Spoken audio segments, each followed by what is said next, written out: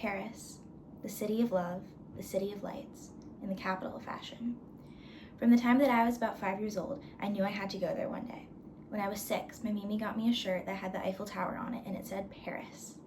I wore that shirt everywhere. I eventually got many more shirts and dresses with the word Paris written on them. They were my favorite outfits ever. I had never been to Paris or anywhere outside the country, but I always have had this attraction to the city.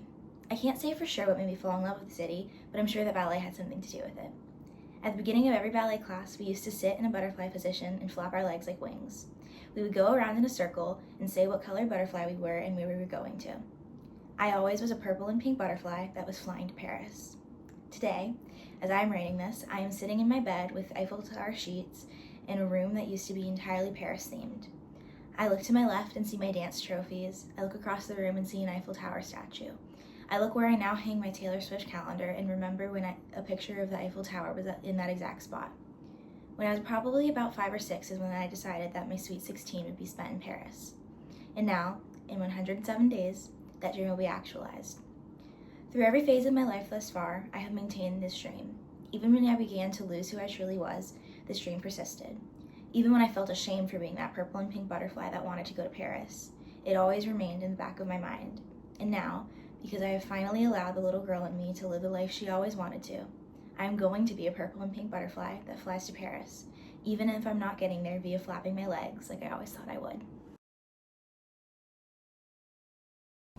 Hello, my name is Mackenzie, and as I'm sure you gathered from my intro, this summer I am going to Paris for my sweet 16.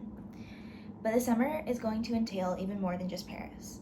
While this wasn't my original intention for the summer, I am booked and busy when it comes to travel.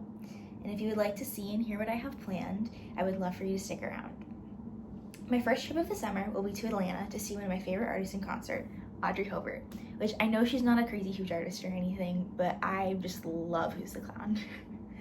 Then for my second trip, I'm going out of the country with my mom for the first time.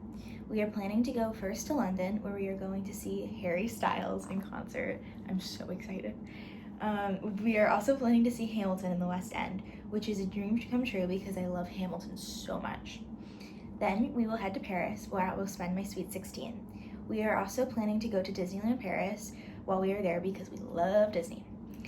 Then we are going to the Netherlands, which we jokingly refer to as the homeland, because my 4th great-grandparents immigrated from Friesland. There we will have tickets to go to the Dutch Ballet Gala. For my third trip, I am going to DC for the Washington Journalism and Media Conference, which I was lucky enough to be invited to.